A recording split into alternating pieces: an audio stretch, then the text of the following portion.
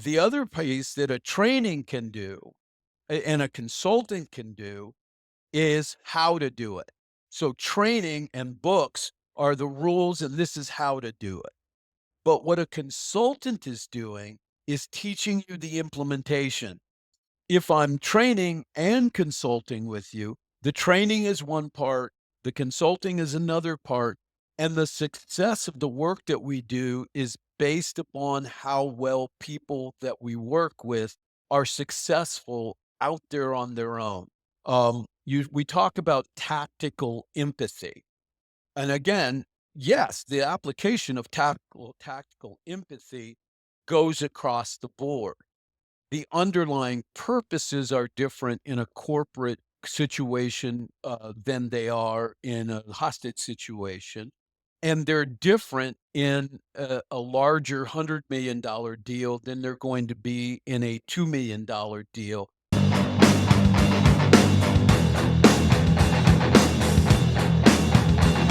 Hello, and welcome to the How to Exit podcast, where we introduce you to a world of small to medium business acquisitions and mergers. We interview business owners, industry leaders, authors, mentors, and other influencers with the sole intent to share with you what it looks like to buy or sell a business. Let's get rolling.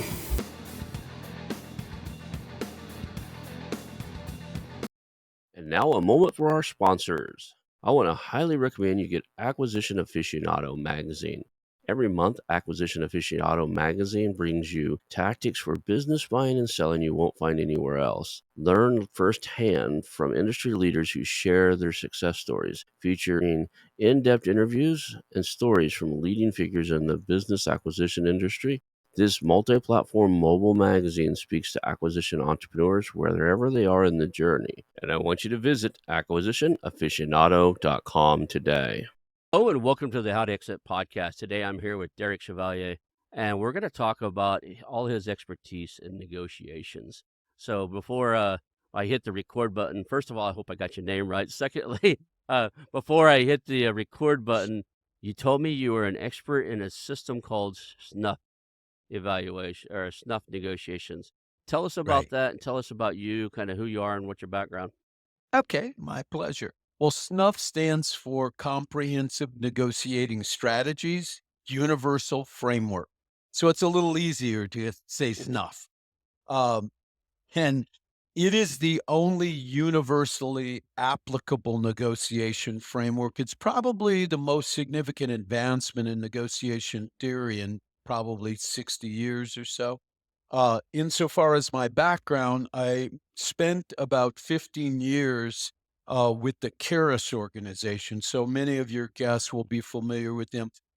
Karis Effective Negotiating is Chester Karis is the largest negotiation training company on planet Earth. They've been around about 60 years. So Chet was a mentor. I didn't work for the company, but my company had a contract with them. So I went all over the world delivering their program. And that was a lot of my background.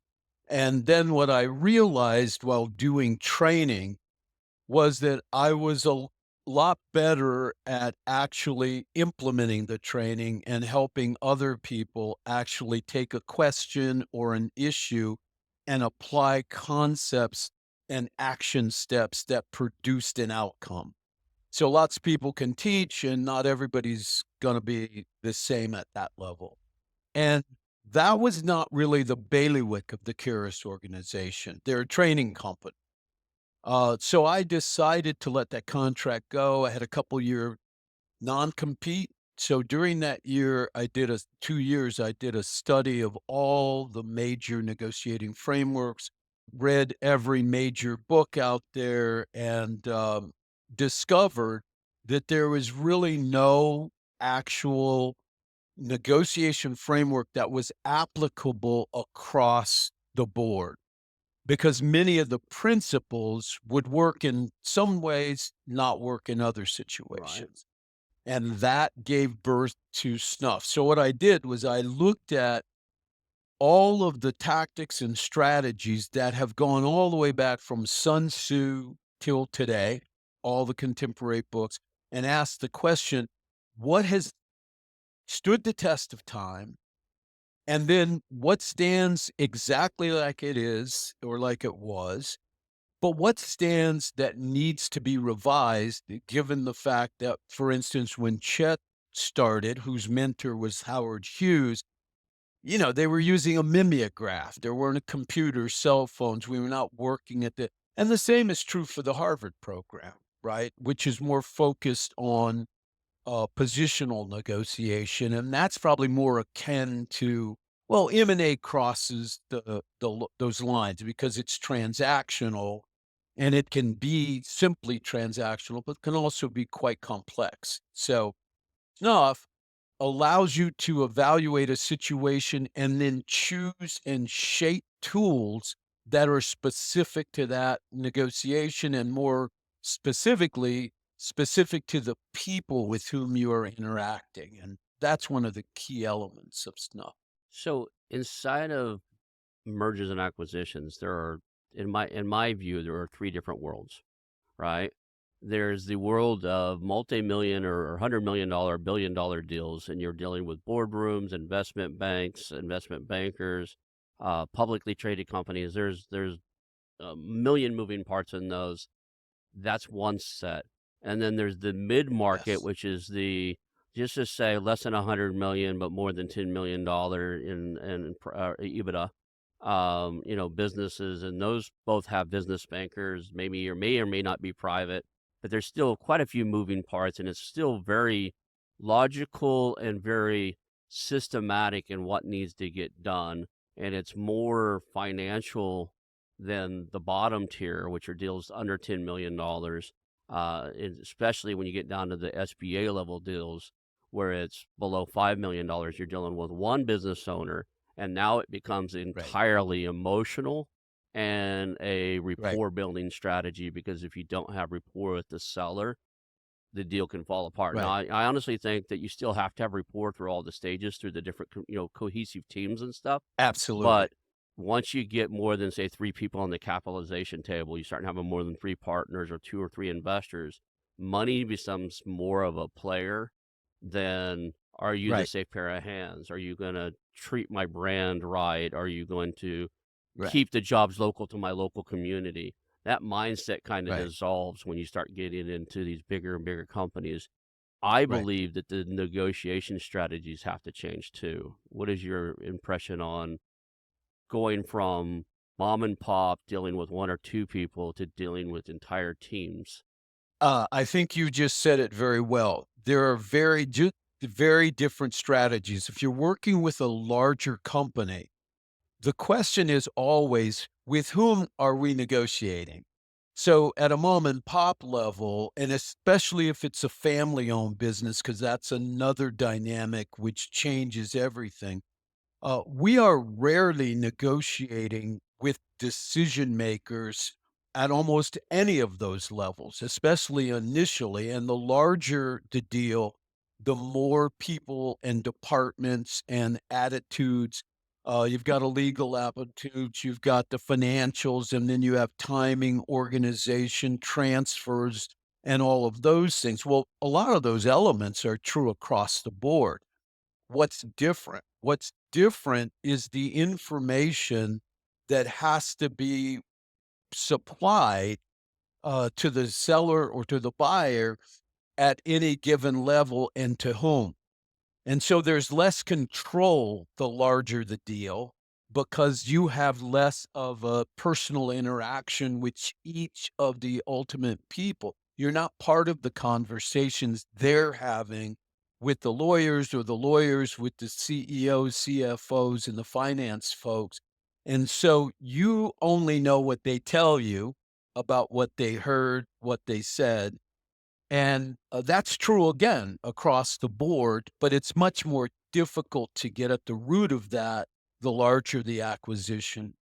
Over my career, I've had many cases where, negotiated purchase of real estate, negotiated purchases of businesses, negotiated the sale of items. What I've learned in the beginning, it's interesting, is I think I started off just, having some level of empathy for another human being and trying to figure out how we get to a common ground to make things work. and then built off of that. I've read enough books and studied things, had a pretty decent working negotiation strategy. Basically is, come down to, the old sayings: you name the price, I name the structure. If you name the structure, I name the price. Right. But a couple different things came into play there, and then I came across, and I even taught it. We owned the local RIA at the time, Real Estate Investors Association. We had a real estate education Right. company. I came across Never Split the Difference and seeing the difference in that, and it worked better for us. I ripped everything we were teaching out and basically taught off of his model, and then, Right. but even that model it works really well at our level doing these small to medium people, because basically you're looking for win-win. You're trying to defuse any type of objections you have, but you're just trying to help them get where they want to get, for the small medium Right. businesses. But I fear that is going to go away when I start looking at mid-tier companies, when I start dealing with multiple people. What's your gut feel on what you do? How is what you do different than Never Split the Difference? What do you think is going to happen when we take this Never Split the Difference model that we use up into those mid and upper markets? Love that you asked the question because I'm very familiar with Never Split the Difference. In the first place, Never Split the Difference was a title book that was borrowed, if you will, from Dr. Karis's program and book, The Negotiating Right. Game. His third rule is don't split the difference. So 4 or 5 decades later, Chris comes along and says, never split the difference. And I think that some of what we've discussed comes into play here. My position is that both of those are very bad strategies. Let me explain why. First of all, whether it's don't split the difference or never split the difference has a quantitative built in vulnerability. And the built-in vulnerability is where you're talking about M&A or any other type of negotiation is that if I teach you a rule that says don't or never split the difference, I have absolutely taught you to give up any deal that was only going to be negotiated by splitting the difference. So you have a rule that hides from you opportunity because you have a rule that's fixed, and human beings are not fixed. Right. So rather than to teach people don't split the difference or never split the difference, snuff teaches people when to split the difference, how to split the difference, and the difference is, depending on who you're dealing with. So that's one of the key concepts. And then there's another with Chris Voss versus, let's say, Karis. And I use those two.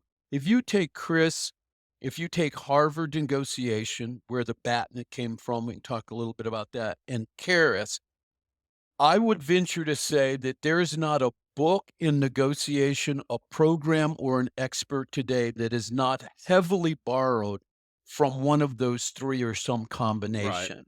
So that's why I talk about them so much. So Dr. Karis's background was working with the Howard Hughes Corporation in aerospace engineering, and his background was almost exclusively in procurement. So from a transactional standpoint, almost all of his material works great in a transactional negotiation. You're buying goods and services, Hmm. right? And the rules match that. Now you take Chris's background. I have often spoken. Now, there are many things about Chris's program. I love Dr. Karis's program, great amount of respect for Chris as well. But you're a frank person, so I find myself that to be too. So my question is for people that follow Never Split the Difference is this. I ask people in your career, and I might ask you, in your career, how many people with whom you've negotiated were dead or in jail at the end of the negotiation?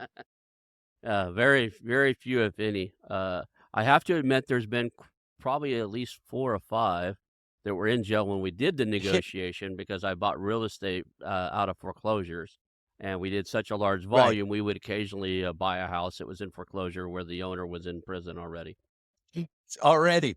So, by contrast, my question has been, well, how does a career of 25 years where every negotiation you were in, the person you were negotiating with was either dead or in jail? How does that type of career prepare someone who's doing an M&A or who's doing a corporate or one-on-one negotiation? And the answer is, well, in some instances, there's great pace for that. But what we do in Snuff is to say, okay, in Chris's situation, there are specifics that are not there in many other types of negotiation. One of those specifics is that in Chris's situation, 100% of the time, it is a bilateral competitive negotiation. There are only two options. The person he's negotiating with will either be dead or they'll be in jail. There's no two ways about that one. And second of all, it's competitive because regardless of what Chris or anybody else says in that particular framework, ultimately, their objective is to free the hostages and do whatever they need to do, say whatever they need to say in order to make that happen. Again, that's not true in corporate or M&A negotiation. So what we did when we look at something like never split the difference is, well, what circumstances where you are there where you might take those principles and apply them? Well, if you're in a negotiation where the stakes are life and death, either figuratively or really, that would be a place to look at those tactics and strategies. If you're in a negotiation where it is purely competitive. And one of the key principles of snuff is that the fundamental purpose of competition historically is to obliterate the other side. Period. The end. That's it. Chris is either going to kill you or put you in jail. That's a metaphor on a smaller scale, right? It's to take you out or put you in handcuffs. So if you're in that mindset and there are plenty of people in M&A, I've run across lots of attorneys and investors who have that mindset. If that's your mindset, then you need weapons that are going to be sufficient to deal with that mindset. So, and then the last element is time. If time is finite in a negotiation, and for Chris, it is to get these people free as quickly as possible, and there are no other alternatives, then you would begin to say, well, these circumstances do match the circumstances of certain M&As, and the larger the deal and the more revenue and dollars that are involved in the more lives, companies, stocks, and organizations that are going to be impacted, well, the more serious the consequences and so that would be another situation in which you might look at, glean, and then evoke specific tactics and tools from that strategy. You know, I've read it, I've studied it, I've taught it, I've interviewed his coaches. Unfortunately, he couldn't get on the show the day I needed, so I had one of his coaches on here.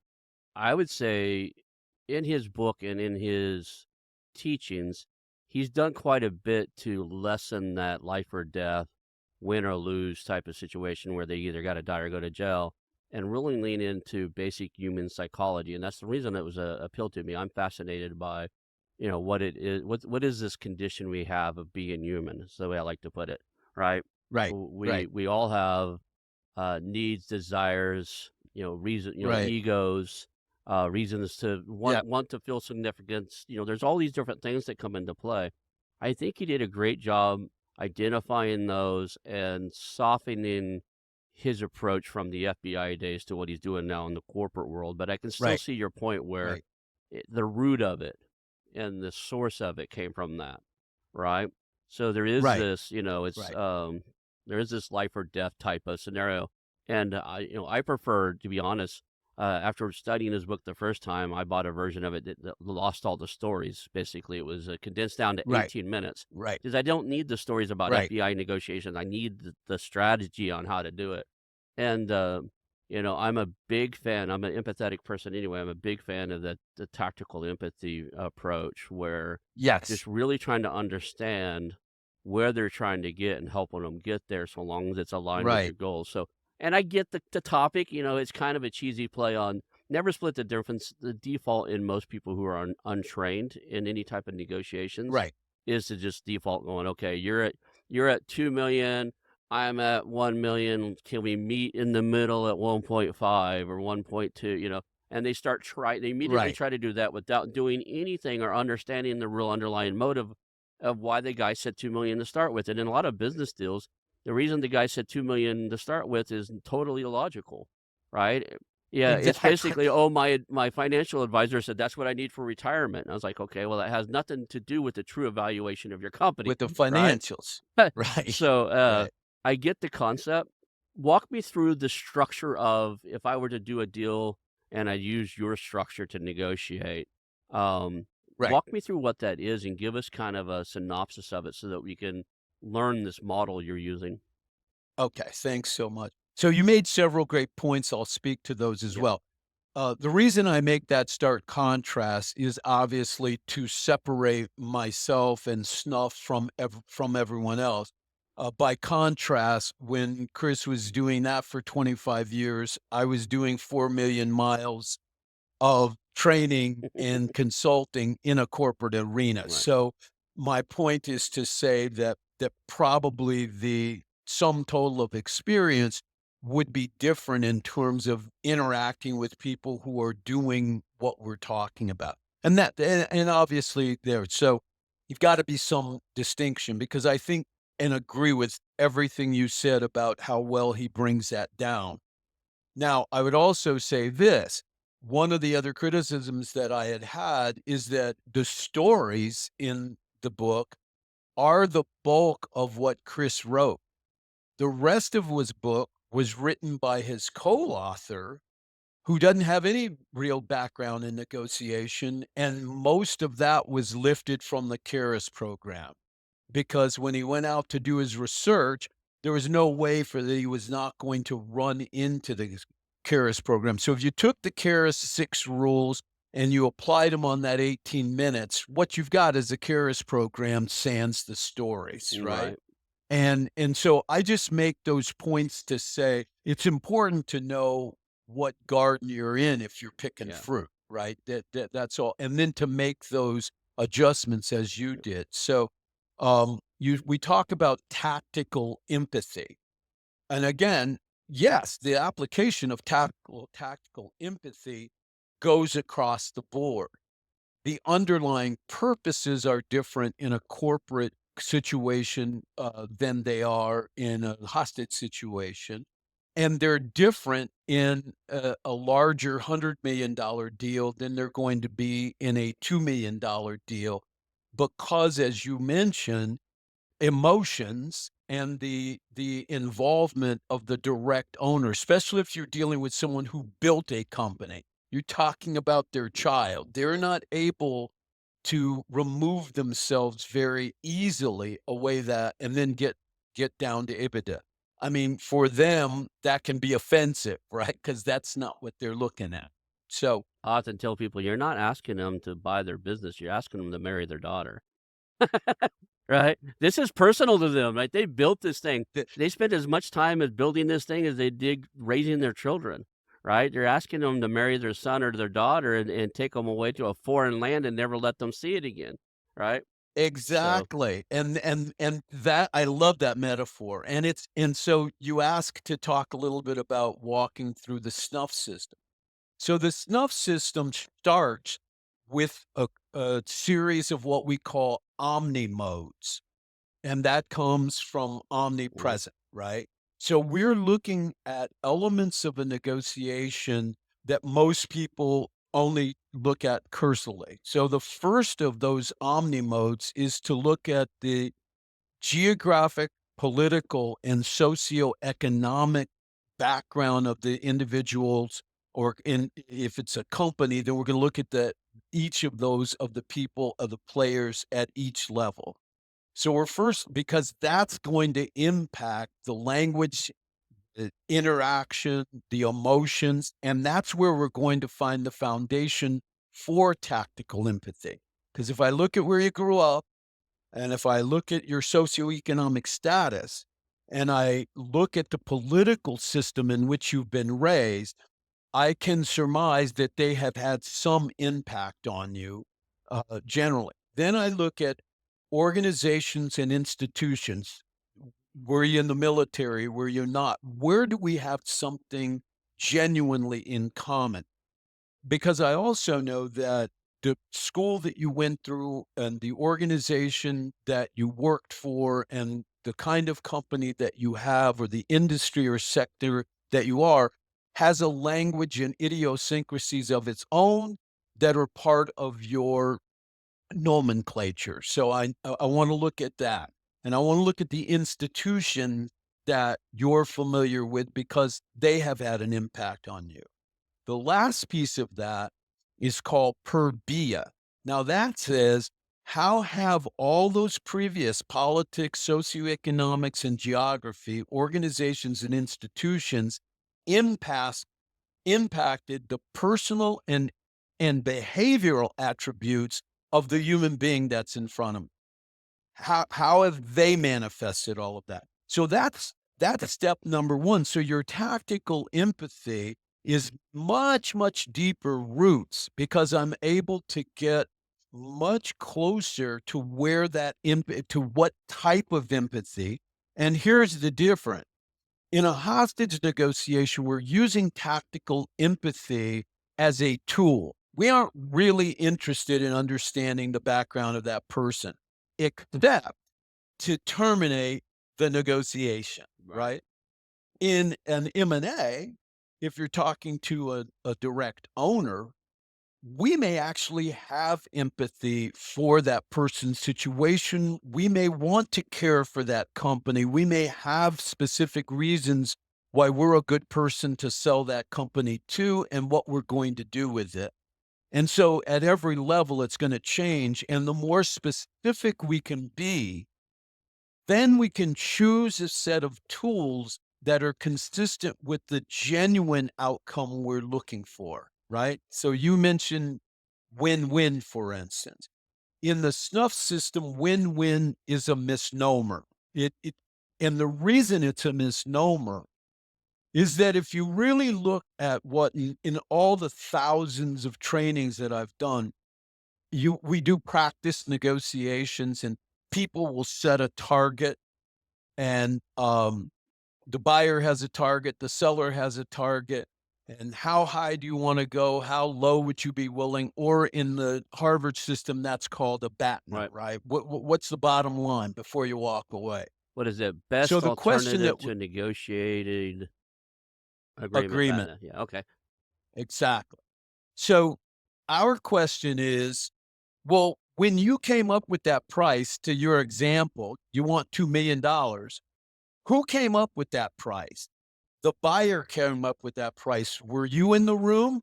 No. Do you really understand before you speak to them or they tell you that how they came up with that price? No, you don't really know. And so that's a unilateral position within itself, right? The fact that they came up with it on their own, unilateral, one side. Now you come in with it and you're looking at it with you're looking at whatever reason that particular business is going to work in your portfolio, and they weren't in the room when you came up with that. So people then come together and negotiate a deal. Well, ultimately, how do they determine whether or not it was win-win? It's almost exclusively based on a comparison of a goal they set independently and the outcome that they came up with in the negotiation. And then if that is a positive, they walk away and say, well, you got something and I got something. When in fact, if I've been successful as a competitive negotiator, I'm using tactical empathy to create the perception of caring and the perception of understanding. But ultimately, I'm just looking to do the best deal I can. I don't really care if you win or no. If I need to make you feel good about the deal, then sure, I want you to feel good. And if you can also walk away feeling like, yeah, that was win win, well, that's great. Perception trumps reality. You feel good about it. But as a consultant, negotiation consultant, I work with people all the time that feel good because they just got screwed. Yeah, and I've seen that. How do you do so one of the ways I approach things is I call it deferment. I defer potential conflicts until I have deeper rapport. So here's a good I'm putting scenarios in front of you because I'm trying to learn this process you're doing. Sure, So sure. early on in the conversations with business owners, and I've got one scheduled here in the next few days, hopefully. I got somebody else trying to book it. Company's a $25 million company, way bigger than what I've been looking for, but they can only sell it to disabled veterans, somebody who has a disability, because 90% Ah, of their contracts are preferred defense contracts. So somebody brought me in as a partner and said, "You want to look at this because you'll fit that. We that need your avatar. disability card, right?" That said, often inside of these conversations in the first day, if somebody's been thinking about selling for a while, they have a price, and if they bring it up too soon, off, especially if it's just outlandish, right? A lot of times people will Google around and see what do accounting firms sell for, and then they see the PE level and the above firms Right, selling at 7x, 8x, 11x, and they think they get that, right? And right, unfortunately, they don't make enough money to wake up the giants, and in right, the lower markets, it's 2x, 3x. So that right, said, a lot of times that conversation it's not ready to be had. So if we're on the first call, here's a right. good scenario. We're on the first call, we're building rapport in the first few minutes. The owner's like, "Well, I make $25 million a year at 20% profit margin. We're doing $6-7 million a year. We want 7x, or whatever. We want Right. 10x." Right. If that doesn't line up with where I think it should be by, because I know how the system works, I don't ever teach them in that moment because I'm not a teacher in their mind at that moment. I haven't established myself Right. as a point of authority yet. So at that point, the only thing I Right. can say is, "Cool, to see how we can get you there." Right? And I just leave it for, like, I purposely say, "Well, that sounds interesting. I don't know enough about your business to know whether that's a great price or not. At this point, let's see Right. how we can get you there." And Right. often the story, the how to get you there is like, you need to increase your revenue by, right? You're not quite there yet. But at a Yeah. later time, we can explain when I can sense that there's trust in me and there's rapport and I've established myself as a point of authority on the topic, where or I can even find a third party they trust. There's a thing I love. I don't know if I've ever brought it up on the show. We should probably chat about, because I think you'd have some good insights into this. There's a thing I've always been able to get anything done in any company by knowing three different individuals, and we'll explain that. But at this point, a lot of times I just defer that conversation till I have a deeper rapport. Is there a better way to handle it? If somebody throws out something that's like an anchor that's just absurd, it's absurd in the moment, but you can tell by their Right. their voice and you call it their presence. They're not confident in it. They're not Right. like, "This is the number." Right. It's not a ride or die type of Yeah. statement. They're just like, "Well, I'm thinking about. Am I right by just deferring that until I have more context around the situation?"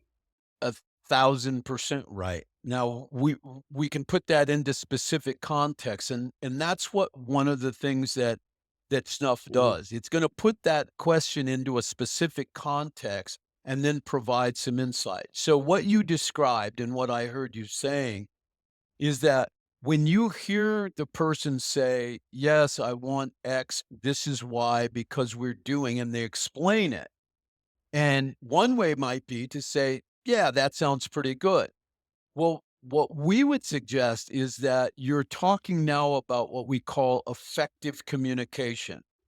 So what you described is one variation of saying, "Hey, that sounds pretty good." In other words, offering no resistance and no opinion.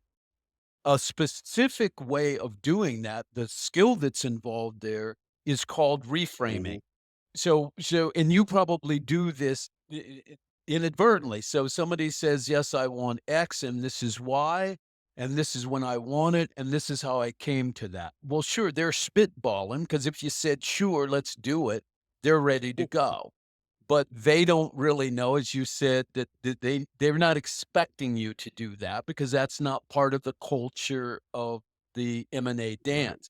So if I turned to you and I said, well, Ron, what I understand you saying is that you're doing $25 million a year at 30%. You've been in business 15 years, XYZ.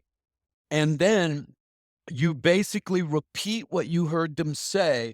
Here's what will happen 90% of the time. You will repeat almost exactly what they said in the very same tone or as similarly as they said it. Now, conventional wisdom would have you expect that they're going to go, yeah, that's right.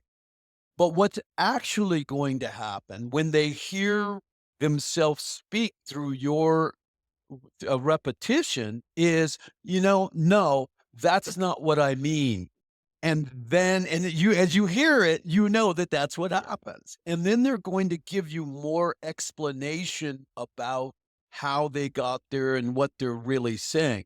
So we suggest that people enter that phase of effective communication back and forth until the place at which the other party says, Ron, yeah, that's what I mean.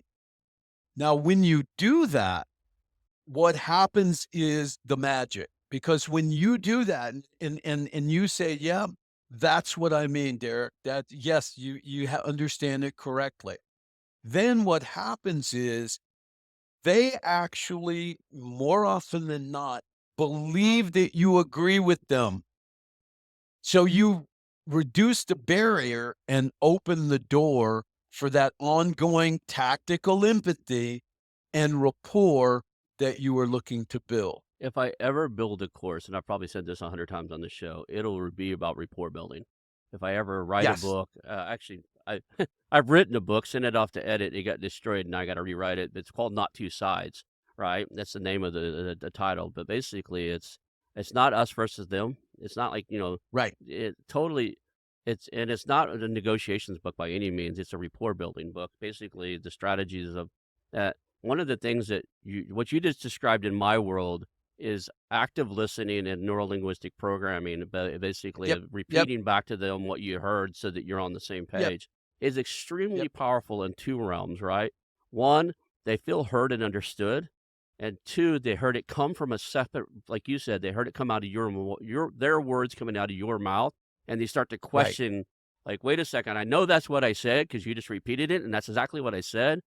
But, like you said, that's not exactly what I meant, or they'll realize the error in their things. And you gotta be really, so for those of you guys are listening, be very careful doing this because tonality and speed and cadence and everything matters when you repeat something back to them, because it can come Right. across either sincere, like "I heard you," or it can come across as condescending or weird if you go, like, for instance, you said, okay, so what you told me is you're doing $25 million a year for 15 years. You're at 25 to 30% profit margin, and you want 25 million for your company. Is that right? If you say it neutral like that, then you're probably going to be fine.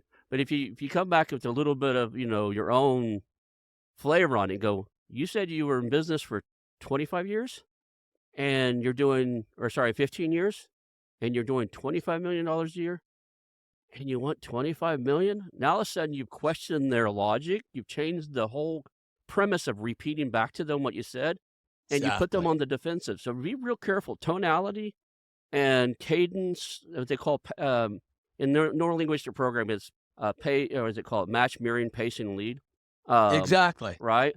But Yep. it matters, and a lot of people go, I repeated back to him. I was like, yeah, but how did you do it? Right? Exactly. So Exactly. there's some art to this. I love It's that you do very I much. I love that you do role playing. I think that's one of the biggest things people miss when they read a book Right. like Never Split the Difference, or or they read a book that you put out, or they go to some course and it's a 3-day seminar and all they do is sit there and listen to somebody teach them something. If Yeah. you don't play the game of role playing and you don't put it into action, Right. You won't learn these, I guess they're idiosyncrasies, these little nuances that make a huge difference, right? Right. Eh, so you bring up a couple of things that I'll share. One, there actually is a book on rapport building. In our series, the Snuff series is built on 3 books. Okay. The first one is called Beyond Negotiating: From Fear to Fearless, which specifically looks at elements of fear, helping us to deal and neutralize it, understand it, so that we are more focused on getting out of our own way. The second book in that series is called Beyond Negotiating: Influence Rapport Results. And it goes through the mechanics of what we're talking about: matching, mirroring, the science of rapport, the science of effective communication, closing strategies, and some of that. The third is really the core of it, which is called Evolve or Be Slaughtered: Negotiation for the 21st Century. And the 25th, the 2025 edition of Evolve will be out, actually. It'll be up for pre-order in the next, couple of months, and then it'll be right out in January. So it's those 3 pieces together. And the second thing that you talked about, I mean, it's why you're so successful, because we haven't talked before, and yet we have a great deal of synergy. One of the things we use, and one of the is a 360 approach.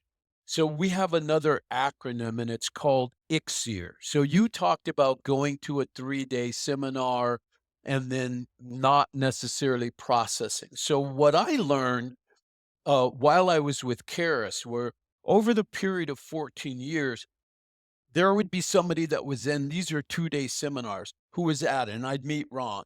And so 7 years later, Ron's at a new company, and they've sent him back to so that's his second time. Well, there were about 150 people over that 14 years I was on the road that I saw who took the same seminar up to 4 times. Now, every time I did a seminar, I would say to people, listen, if you don't get these 6 rules and take them out of the book and out of this room and into the real world, I'm not saying you wasted your money, because you can get your, 1,200 bucks back, but you've not taken advantage of the full capability of the tools. So with that 150 people over a 14-year period, I said, what about that rule 3? In every one of those cases, the person had taken 1 or 2 of those rules out of the first time they went to the course, and they had the same 1 or 2 rules at 14 years later, that they had from the first course. So when I built Snuff, we and because we're primarily a consultancy, we built a 360 approach, which says, look, you've got to take information, which is data, which, as you know, as a computer person, is inanimate. It doesn't care what you think. You have to take information and raise it to knowledge. You have to take knowledge and raise it to skill through practice and reflection. You have to take skill and raise it to a level of expertise where you are now teaching, as you said you were. You explained ICSER when you were talking about never split the difference. And you took that skill and raised it to expertise where you're teaching other people someone else's concept. And then you put that expertise into action, which you've already talked about, because you actually do deals. And that is the process that we use when we're working. Some clients are only interested in consulting. Well, if I'm consulting on a deal, I'm not training you. I'm understanding the situation and helping develop a strategy that will work best for you within the confines of our relationship. If I'm training and consulting with you, the training is one part, the consulting is another part, and the success of the work that we do is based upon how well people that we work with are successful out there on their own. That's what our objective is. It isn't to how many people I can get in a room. That certainly cost me a lot of money, Mhm. but it has not cost me peace of mind or heart, because my focus is leaving a legacy that'll be here long after I'm gone, and that's a lot of my focus and motivation. There's a interesting human element that all of us do, including myself. We'll read something, we'll take the things out of it that we like, and we'll apply that, and we'll leave the rest of it as if it was wrong, right? We Right, don't apply the entire thing. I was an extremely voracious reader for a long time, listening to audiobooks, reading business books and stuff. I used to brag I'll read 5, 6, 7 books a month. And right, one of my good friends in they work inside of a lot of self-help and places where they help people come over trauma and stuff. And right, he said, "Yeah, but you don't implement any of it." right, And I was like, "What do you mean?" And he's like, "You've read, 15 books on business, but, if I asked you, what are the 48 laws, you're gonna give me 2 of them, right? If I ask you right, what are, if I ask you about never split the difference, you're gonna tell me about technical empathy and 1 or 2 other right, topics, but you're not gonna, right, give me the step by step." So right, what it realizes, I shifted from that model, and instead of right, reading, 5, 6, 7 books a month, I pick some subject that I wanna learn and be really good at and become proficient in it, and I right, might read 3 or 4 books on it, or I might study the same book over and over again. There's a reason right, why I bought that Never Split the Difference with all the stories stripped out of it. The book without the stories, the audio book without the story, I think with it, it's like 5 or 6 hours of audio. Without it, it's 18 minutes. Right? You can listen to the entire structure of the Eston, system of the book in right. 18 or 19 minutes flat. So, that said, I don't understand, what do you think it is as far as inside of our human psychology to where we'll take somebody's system and cherry pick the 1 or 2 things that fit our needs and Right, implement that as if it's the whole system, and when it doesn't work, they go, "Oh, right, that system never worked." right. Exactly. I find the same thing, and that is what gave birth to Fear to Fearless, Mhm. because the answer to your question is pain. So when the human brain hears or is approached by something that they don't understand, the brain interprets that as fight or flight, right? The same thing happens. Your brain shuts down, shuts off, and we want to run away. That's an element of fear. So learning something new, and the older we get, and there are exceptions, but the older we get, the more difficult that is.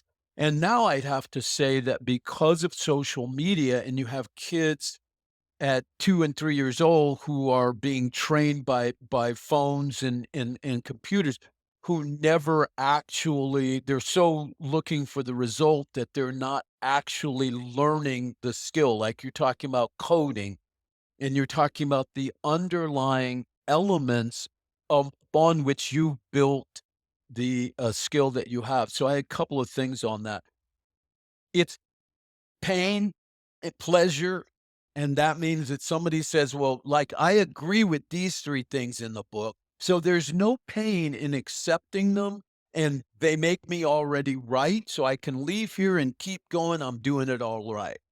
On the other hand, when something that you meet is completely different to your thinking, you either shut down and turn it off or convince yourself that it wasn't worthwhile, because you're training yourself to believe that means that there's no point in me learning it because it doesn't work. Right? And you never actually implement it, and to save yourself that pain. I'll even say that I did that with the Never Split the Difference program. If you really study that program, there's a lot of pre-work before you go into negotiations you're supposed to do, right? Yes. A lot. Yes. It's a heavy front load, and I'm sure Yes. that's the same way with most true in-depth negotiation strategies. There's a lot of you talked about, psychological and demographic and Right. influences and all these different things. If you really looked at it, that could be hours, if not days of work before you enter into negotiations. I've always been a kind of ready, fire, aim, lead follower, Right. get the hell out of my way type of guy. Right. So I'll do a little bit in my mind, I guess. Mentally go through the exercise of some of it, but I don't document it and sit down and do all the steps that you're supposed to do prior. What do you say to somebody who's like out there? They're only doing a couple. Maybe they're only going to do 2 or 3 mergers and acquisition deals in their life. They're going to build a company. Is it best to bring somebody in as an advisor, like somebody from your team or somebody in that can oversee the negotiations and help with it, or Right. really invest the time, energy, and that they need to master this? I have my own cognitive bias on this. I think that everything in life's Right. negotiations. So I want to study that. That's one of the realms of the world I probably should study because I negotiate with my kids every day, right? Right. You know, Everyone yeah. does. Yeah, everyone did. So I'm right on board, and I'm going to be like the surgeon we were talking about, right? You asked me, what do I think is best? Mhm, Well, I think if you're not going to learn the rudiments, mhm, then having a consultant, a bona fide negotiation consultant, who first will do the work with you to identify the best parts of what they have to offer and how it fits you, and then to completely understand the difference between consulting and training. So consulting is you come and you have a set of circumstances. I do know the system, so I'm going to put those circumstances within the system for you and then ask some clarifying questions, talk about your own risk tolerances, talk about the time frame, and then I'm going to generally present a scenario A and B the same way when you go to an optometrist, A or B. You're going to feel better about one approach than another, and then we're going to drill down to a set of action steps that you can take home, and more often than not, take them to the bank and as a next step. But I did want to not lose the opportunity to mention something. One of the greatest things that ever happened to me when I was in college was I was in an honors political science pre-law course, and I was sitting there talking to some of my friends, and we all thought we were so smart. And I had a professor that walked by, and then she got far enough away where she had to like raise her voice, and she said, "Derek," among this group of people, and I said, "Yeah," and I'm like, "Oh my god, this world famous professor just called my name." And she goes, "Yeah, the bookstore's right in front of me." And I said, "Yeah, what?" And she goes, "There's a book you need to get." And I said, "What is it?" And she goes, "Mortimer Adler, How to Read a Book." And of course, I never lived that down again. But the other thing that happened was I went into that bookstore and I bought that book. It's about a 550-page book that talks about exactly what you just said. It breaks down how to read different types of material and how to determine if you've actually skimmed the material versus actually learning the material, sort of what your friend was saying. So, what's appropriate is what's best for the individual. We all have different learning systems. So I again, that's why I'm so big on snuff, because what it says is come as you are. And then in this system allows you to identify your goals, objectives, background, and goals, and then to get as much of the water that you want to drink. So when we go in and do a 360 for a client, I'm on site. I go in as a team member with them and negotiate. We still offer that to clients. I then will listen to them on a call. We still do that for clients. We don't ask to listen to the other side. All we do is listen to them, and then we can match what they did. We can generally tell them what the other person said. So we have different components. So the more you want to learn, now what happens in my consulting business with medium size and some larger clients that have their whole team in there is this. They start out as consulting clients. I have a couple of today, I'll have a meeting later today, who started exclusively as consulting clients. We talk about an issue, we drill down to actions, they take the actions, we evaluate them. A year later, this particular client I'm thinking of, he said, "You keep talking about snuff and you keep talking about this rule or that rule. Where am I supposed to get all these rules?" And I said, "That's great." I said, "Because you can, in 2025, you can come into our actual medallion program and learn. And I said, I'm not consulting there. You're going to learn a set of rudiments until you know them, like the multiplication tables. And then you would not have a coder or a doctor or a pilot that didn't have those rudiments. But somehow people believe that they can do it without that training. And in M&A, they can, because you don't necessarily need those things if the objective is to be successful and have a lot of transactions. What I'll say to people is this: not how much money, just how much money you make. It's if you made a $10 million over the period of X amount of time without those skills, the question for somebody like me is, what did it cost you? What did you leave on the table because of what? And of course, you don't know because you weren't interested in learning. As you know more, you look back and you realize, my God, I left 100 grand here, 400 grand there. And maybe that's not important, but if you then come to the decision, that's not important, I'm very happy. Now you're satisfied with the outcome and fulfilled. And I don't think that's a negative thing at all. I think you got to find people where they are and help them build and sculpt, understanding that evolution is part of the process for all of us. So one more topic I want to cover before we go on, and I prefaced this earlier. I think it's important to follow through with what I said I was going to do. There's All right. something I learned, I believe, oh man, it's been years now, 2000 maybe. I was out in 97. But anyway, one of the companies I worked for brought in an executive. I think he at one point was the CEO of one of the airlines.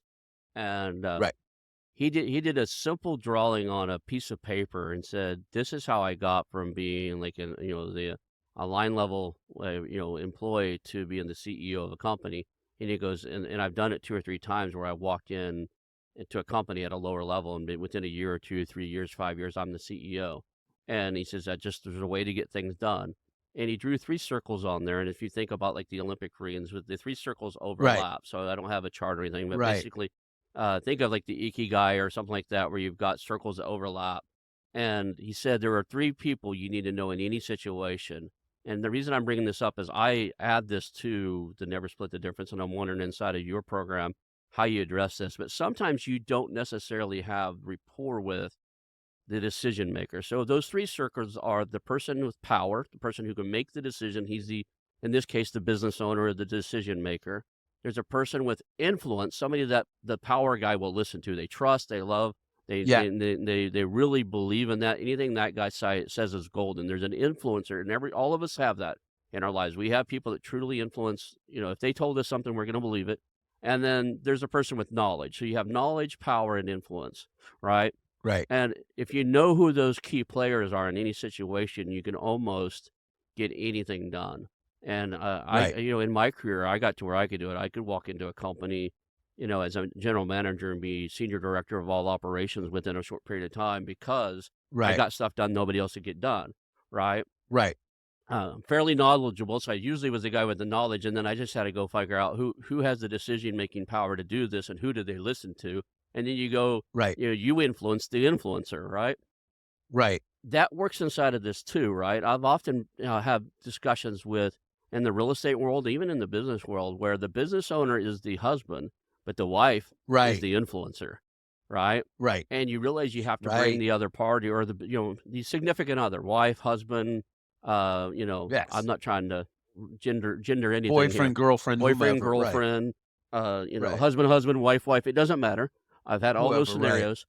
You can't get to the level of influence by other people around them, but if you can, and you might be able to better click with or build connections with the influencer in that realm, you can get so much more done if you just know who those players are. Does your Right. system address that when you realize you may not be of the stature or at the level you need to get the power maker to do something? Do you identify who the key players are in this stuff and who listens to who and I guess the Absolutely. team dynamics or whatever? I don't know what word I would use for it, but I've done it for so long, it's just natural. I do it without even thinking about it now. Right. Right. So I agree with you, and I think those circles in the example that you're giving are excellent. So snuff is about how to do that. So if you have 25 or 30 years of experience as you do, and you're a student of negotiation, and I'm a real estate broker. I've done almost every type of deal in real estate. I've been a broker for 30 years on both sides of the ball. So if you're like us and and you're involved and both on the learning level as well as the execution and the day-to-day and the teaching level as we both are, then over a period of time you can acquire a set of skills. In a world in the 21st century that moves as quickly as we do, suffice to say that most of the people that are in their 40s and younger, they're never going to have the opportunity that we did to take the 20 years to learn what we learned.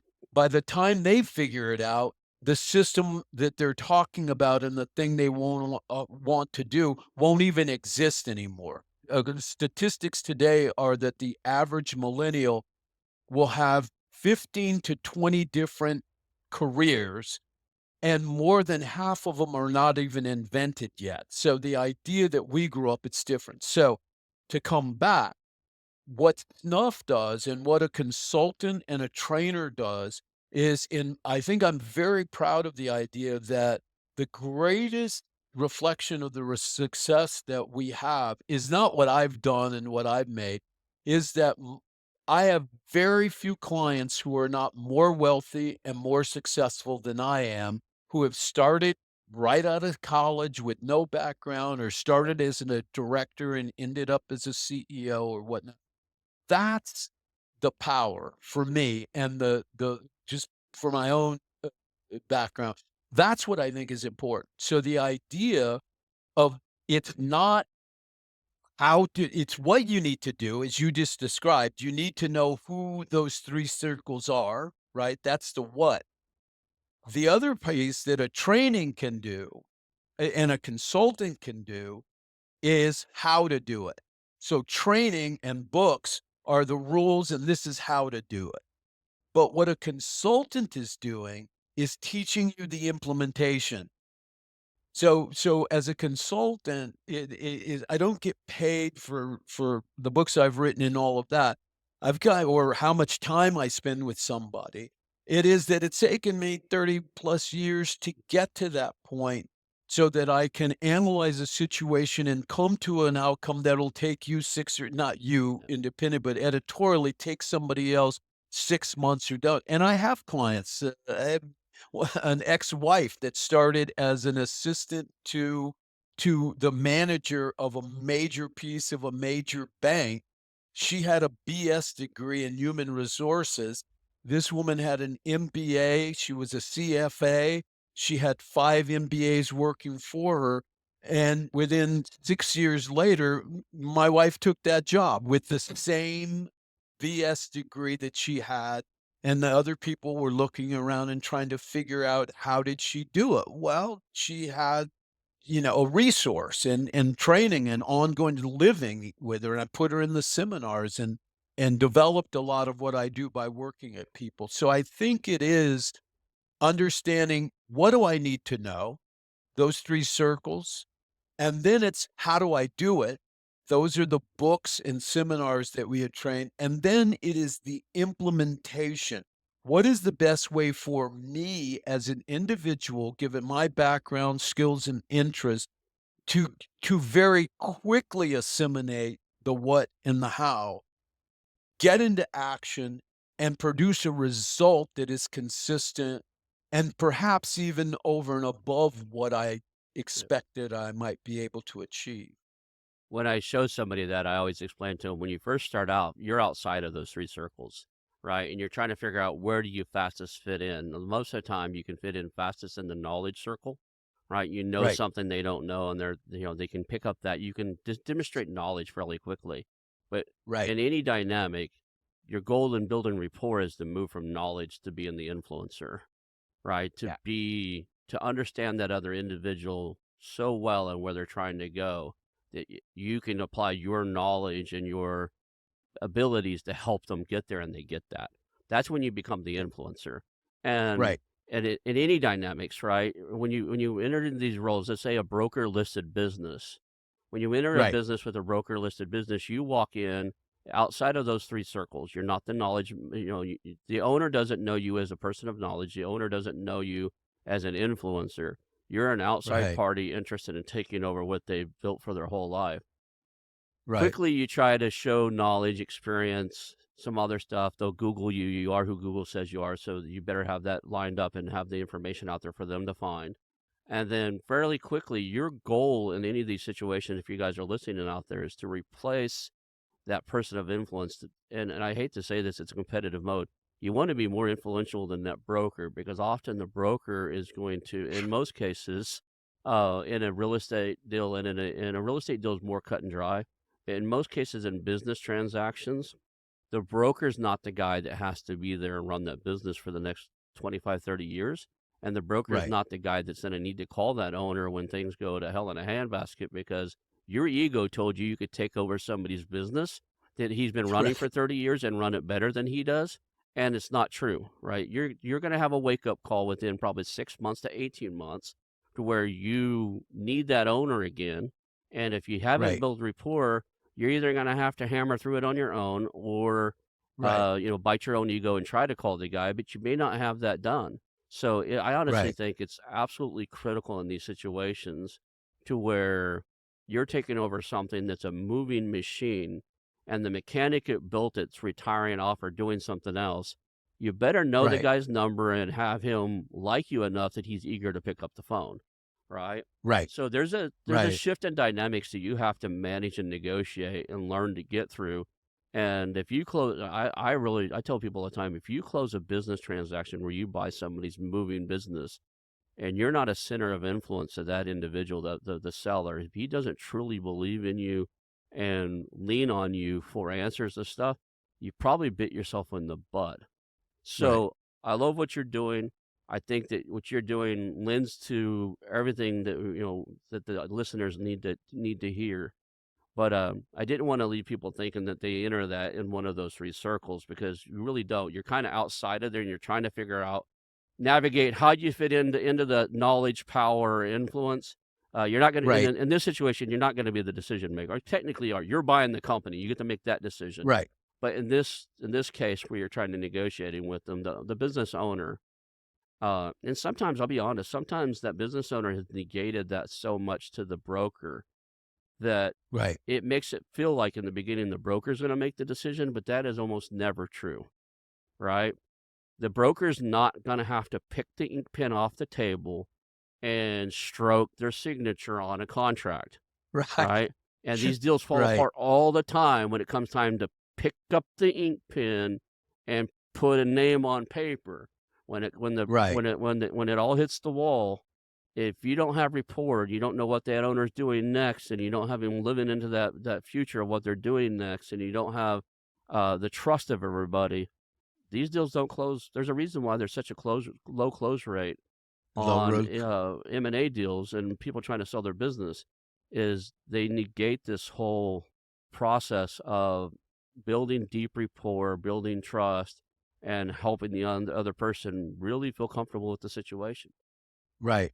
I think what you just said was a master class. And if your listeners would listen, if they listen to nothing else that we've shared, that is a golden nugget. The idea of understanding that all of these small, minute mistakes that we miss along the way, the moment that you realize that you missed them is that moment at which an owner is required or supposed to pick up that pin, because that's when all their doubts and questions and all of the mistakes and the misrapport and the miscommunication all come down to that moment because they see their life flowing through Mm. that signature. So I think that your words are phenomenally important, and I'd encourage people to take heed and listen and to understand what those roles are and then where they fit in those roles. And the other thing I'd leave with this is that we talk about being an influencer, right? And One of the key things in stuff is that we're big on definitions of words. So many people don't actually understand that the word influence comes from the 14th century, and it referred to an ethereal fluid that came from the heavens and caused people to take actions. Cupid and the arrow, that's an ethereal explanation example of influence. But influence by definition is the ability to have an impact on the behavior, thoughts, or actions of a person, place, or thing. Here's the kicker, without their being aware of it. So influence is not persuasion. Influence is the ability to plant those seeds within the relationship, the dynamics of the relationship, all the way through, so that when the owner picks up the pen, it is that ethereal influence that causes him to pick up the pen and complete a signature. And that's the objective in an M&A. We're running out of time. So, how do people get a hold of you? How do people reach out and work with you? What's the best way? How do you want people to reach out to you? Thank you so much. Just jump on the LinkedIn profile, Derrick Chevalier. That's an easy one. And from there, they can get to the website, or they can go to the website, which is just h-c.com. And I'd really like to invite your audience. We offer a 30-minute, no BS, no obligation consultation to just have people ask a question, because it's easier to buy a candy bar when you know what it tastes like.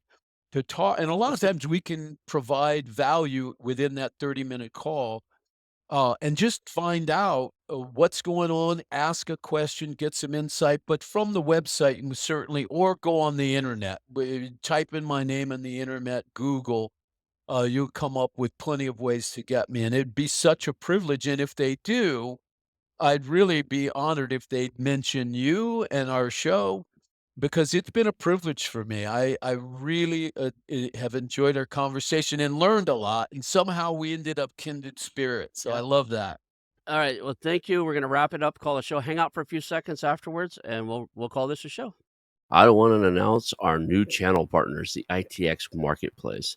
Since 1998, ITX has created $5 billion in value by selling more than 225 IT businesses in 20 countries. ITX works exclusively with IT-enabled businesses generating between 5 million and 30 million who are ready to be sold, and M&A decision makers who are ready to buy.